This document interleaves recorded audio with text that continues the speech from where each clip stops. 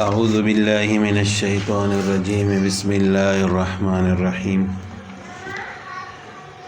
اس سے پہلے حضرت یوسف علیہ السلام کا واقعہ یہاں تک گزرا تھا کہ ان کے بھائیوں نے چند سکوں کے بدلے ان کو قافلے والوں پر فروخت کر لیا۔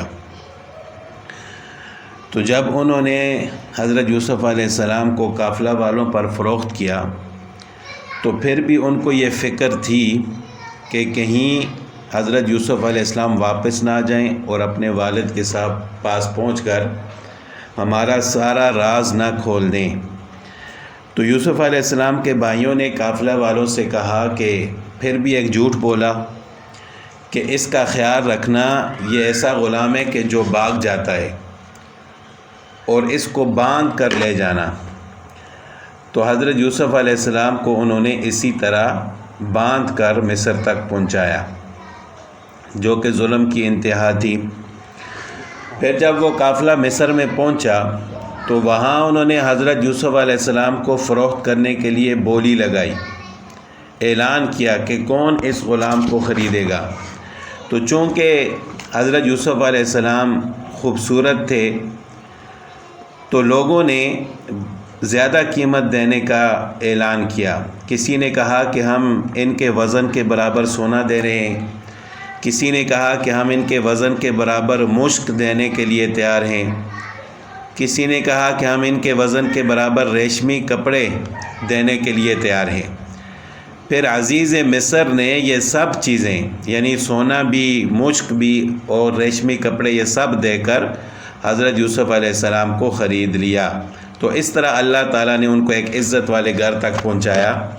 تو اللہ تعالیٰ فرماتے ہیں کہ وقال الذی اشتراہ من مصر، کہا اس شخص نے جس نے حضرت یوسف علیہ السلام کو مصر سے خریدا، لامرأتہ، کس سے کہا؟ اپنی عورت، اپنی بیوی سے، کہ اکرمی مثواہ، اس کو عزت اور آبرو سے رکھو، عسیٰ، ہو سکتا ہے، ان ینفعنا، کہ ہمارے کسی کام آئے، او نتخذہ ولدا، یا ہم اس کو بیٹا ہی بنا لیں۔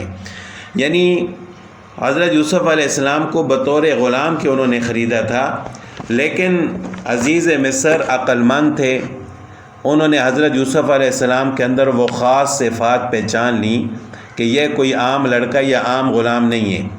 تو انہوں نے اپنی بیوی سے کہا کہ اس کو عام غلاموں کی طرح نہ رکھو، بلکہ اس کے لیے اچھا انتظام کرو اور اس کی جتنی بھی سہولیات ہیں، ضروریات زندگی ہیں، اچھے طریقے سے ان کو ادا کرنے کی کوشش کرو۔ وَكَذَلِكَ مَكَّنَّا لِيُوسُفَ، اللہ تعالیٰ فرماتے ہیں کہ اسی طرح ہم نے یوسف علیہ السلام کو جگہ دی فی الارض، اس ملک میں۔ یعنی بظاہر تو ایسا لگتا ہے کہ یہ سب کچھ اتفاق ہے کہ ان کے بھائیوں نے کنویں میں پھینکا، پھر قافلہ آیا، قافلے نے اٹھایا، پھر مصر میں جا کر فروخت کیا تو عزیز مصر نے خرید لیا۔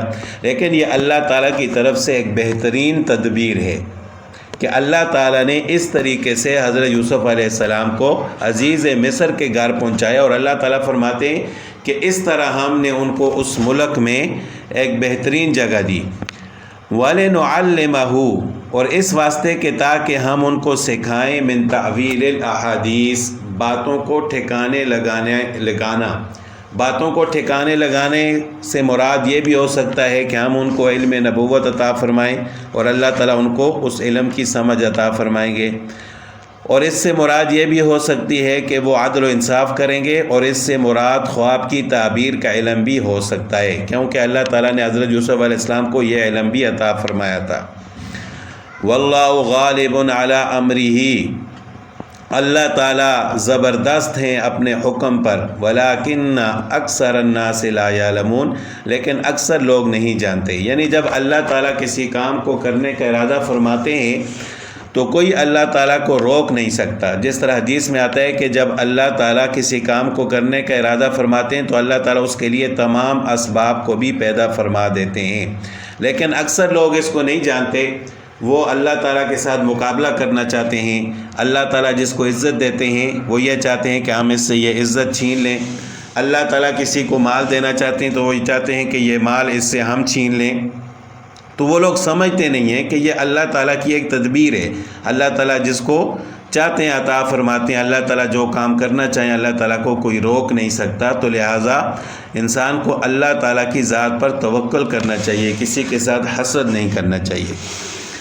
وَلَمَّا بَلَغَ أَشُدَّهُ, آگے اللہ تعالیٰ فرماتے ہیں کہ جب یوسف علیہ السلام اپنی قوت کو پہنچ گئے. یہ قوت کو پہنچنے کا وقت کون سا تھا؟ تو یہ 40 سال کی عمر تھی. آتَيْنَاهُ حُكْمًا وَعِلْمًا, تو ہم نے ان کو حکم اور علم عطا فرمایا, یعنی ان کو نبوت عطا فرمائی. وَكَذَلِكَ نَجْزِي الْمُحْسِنِينَ, اور ہم نیکی کرنے والوں کو ایسا ہی بدلہ دیتے ہیں. وَرَاوَدَتْهُ الَّتِي, اور پھسلایا ان کو حضرت یوسف علیہ السلام کو اس عورت نے, ہوا فی بیتہا, جس کے گھر میں وہ تھا. یہاں پر اللہ تعالیٰ نے یہ نہیں فرمایا کہ عزیز مصر کی بیوی نے پھسلایا, بلکہ فرمایا کہ اس عورت نے جس کے گھر میں وہ تھے. اس سے یہ بات ظاہر ہوتی ہے کہ یعنی وہ اس کے قبضے میں تھے, وہ اس کے غلام بن کر رہ رہے تھے. تو لہٰذا اس طرح اس گناہ سے بچنا ان کے لیے آسان نہیں تھا. وہ عورت جو عزیز مصر کی بیوی تھی, یہ عزیز مصر جو تھا یہ بادشاہ کا وزیر خزانہ تھا. اس کا نام تھا قطفیر, قاف طا فا یا را, قطفیر. اور اس کی جو بیوی تھی اس کا نام تھا راعیل یا زلیخا. بعض حضرات کہتے ہیں کہ راعیل تھا اور بعض کہتے ہیں کہ زلیخا. راعیل یہ عین کے ساتھ ہے. اس سے پہلے حضرت یوسف علیہ السلام کی والدہ کا نام گزرا تھا راحیل, وہ ہا کے ساتھ تھا, راحیل. اور یہ جو عزیز مصر کی بیوی تھی اس کا نام راعیل یا زلیخا تھا. تو یہ قطفیر عزیز مصر کا وزیر تھا, وزیر خزانہ. اور اس وقت کا جو بادشاہ تھا اس کا نام تھا ریان بن اسید. قوم عمالقہ کے ساتھ وہ تعلق رکھتا تھا, اس کا نام تھا ریان بن اسید, جو بعد میں حضرت یوسف علیہ السلام کے ہاتھ پر ایمان لایا اور حضرت یوسف علیہ السلام کی زندگی میں ہی وہ فوت ہو چکا تھا. تو بہرحال زلیخا نے, یا راعیل اس کا نام تھا, اس نے حضرت یوسف علیہ السلام کو پھسلایا اور گناہ کی دعوت دی اور کہنے لگی وغلقت الابواب, اور اس نے دروازے بند کر دیے. وقالت, اور کہنے لگی ہیت لک, جلدی آؤ. یعنی اس نے حضرت یوسف علیہ السلام کو گناہ کی دعوت دی. تو حضرت یوسف علیہ السلام چونکہ ان کو اللہ تعالیٰ نے نبوت عطا فرمانی تھی تو اللہ تعالیٰ نے ان کی حفاظت فرمائی. لیکن حضرت یوسف علیہ السلام نے اس گناہ سے بچنے کے لیے 2 تدبیریں اختیار کیں. ایک تو فرمایا کہ معاذ اللہ, کہ اللہ کی پناہ, یعنی انہوں نے یہ نہیں کہا کہ میں اس سے بچ جاؤں گا یا اس گناہ سے بچنا میرے لیے کوئی مشکل نہیں ہے. انہوں نے اللہ کی پناہ لی, یعنی اللہ کے سپورٹ کر دیا یہ معاملہ کہ اللہ تعالیٰ مجھے اس سے محفوظ فرمائیں گے. اور دوسرا آگے اگلی آیات میں آ رہا ہے کہ وَاسْتَبَقَ الْبَابَ, کہ حضرت یوسف علیہ السلام دروازے کی طرف دوڑے. تو اس سے یہ معلوم ہوتا ہے کہ حضرت یوسف علیہ السلام نے اللہ سے درخواست بھی کی, اللہ کی پناہ مانگی, اور جتنا ان سے ہو سکتا تھا انہوں نے اس گناہ سے بچنے کی کوشش کی. تو اللہ تعالیٰ فرماتے ہیں کہ وَرَاوَدَتْهُ الَّتِي هُوَ فِي بَيْتِهَا, تو یوسف علیہ السلام نے فرمایا کہ قَالَ مَعَاذَ اللَّهِ إِنَّهُ رَبِّي أَحْسَنَ مَثْوَايَ, اللہ کی پناہ, إِنَّهُ رَبِّي, اس عزیز مصر نے جو میرا آقا ہے, أَحْسَنَ مَثْوَايَ, اس نے مجھے اچھی طرح رکھا.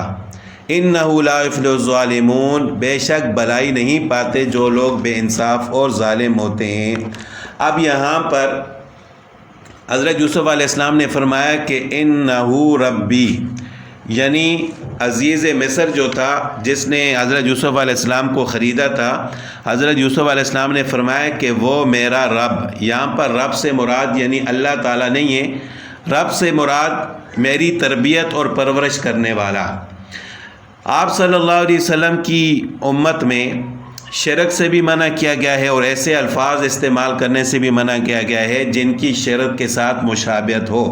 یعنی ہم کسی کو رب نہیں کہہ سکتے. اگر کوئی کسی کا غلام بھی ہو تو حدیث میں آتا ہے کہ آپ صلی اللہ علیہ وسلم نے فرمایا کہ کوئی غلام اپنے مالک کو رب نہ کہے اور کوئی مالک اپنے غلام کو بندہ نہ کہے، یعنی یہ صرف اللہ تعالیٰ کے ساتھ لائق ہے کہ اللہ تعالیٰ ہی رب ہیں، اور اللہ تعالیٰ کی جو مخلوق ہے ہم اللہ تعالیٰ کے بندے ہیں۔ کوئی غلام اپنے آقا کو رب نہیں کہہ سکتا اور کوئی مالک اپنے غلام کو بندہ نہیں کہہ سکتا، لیکن پہلی امتوں میں یہ جائز تھا، شرک سے تو منع کیا گیا تھا لیکن ایسے الفاظ استعمال کرنے جائز تھے۔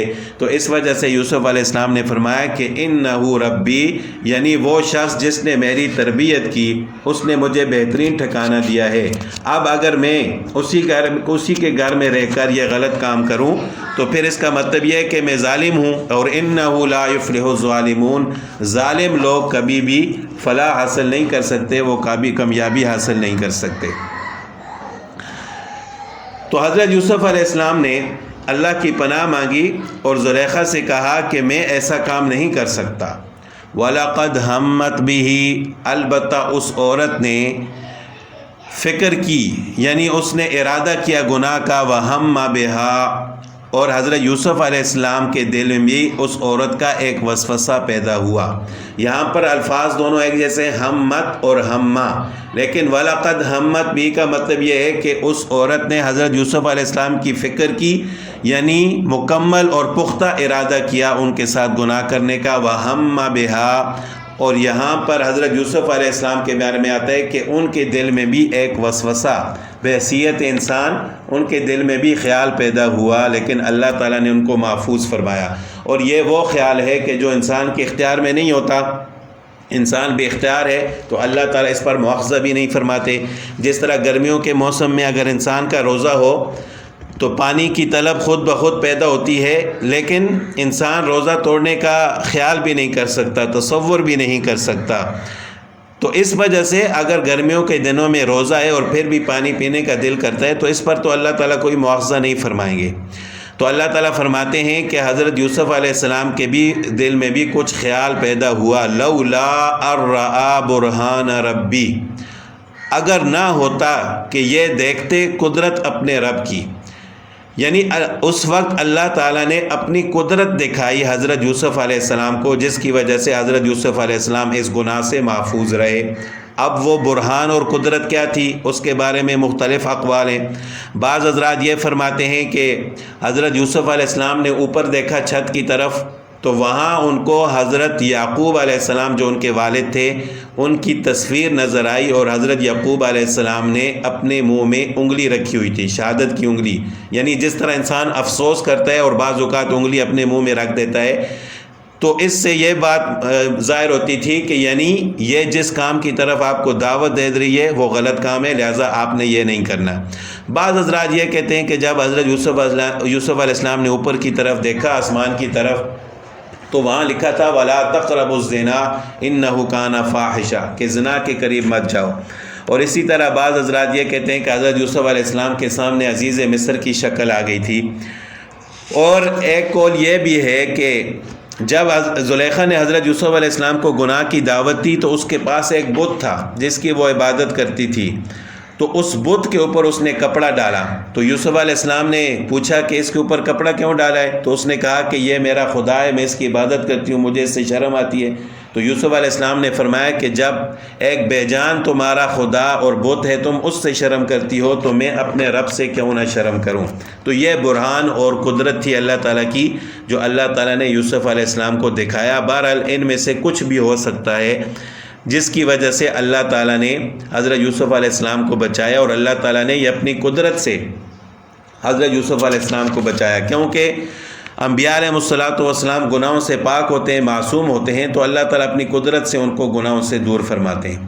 کذالک لنصرف عنہ السوء والفحشاء، اسی طرح یوں ہی ہوا کہ ہم نے دور کر دی اس سے برائی اور بے حیائی۔ برائی سے مراد سوء یعنی صغیرہ گناہ، اور فحیا بے حیائی۔ انہ من عبادنا المخلصین، بے شک وہ ہمارے برگزیدہ بندوں میں سے تھے۔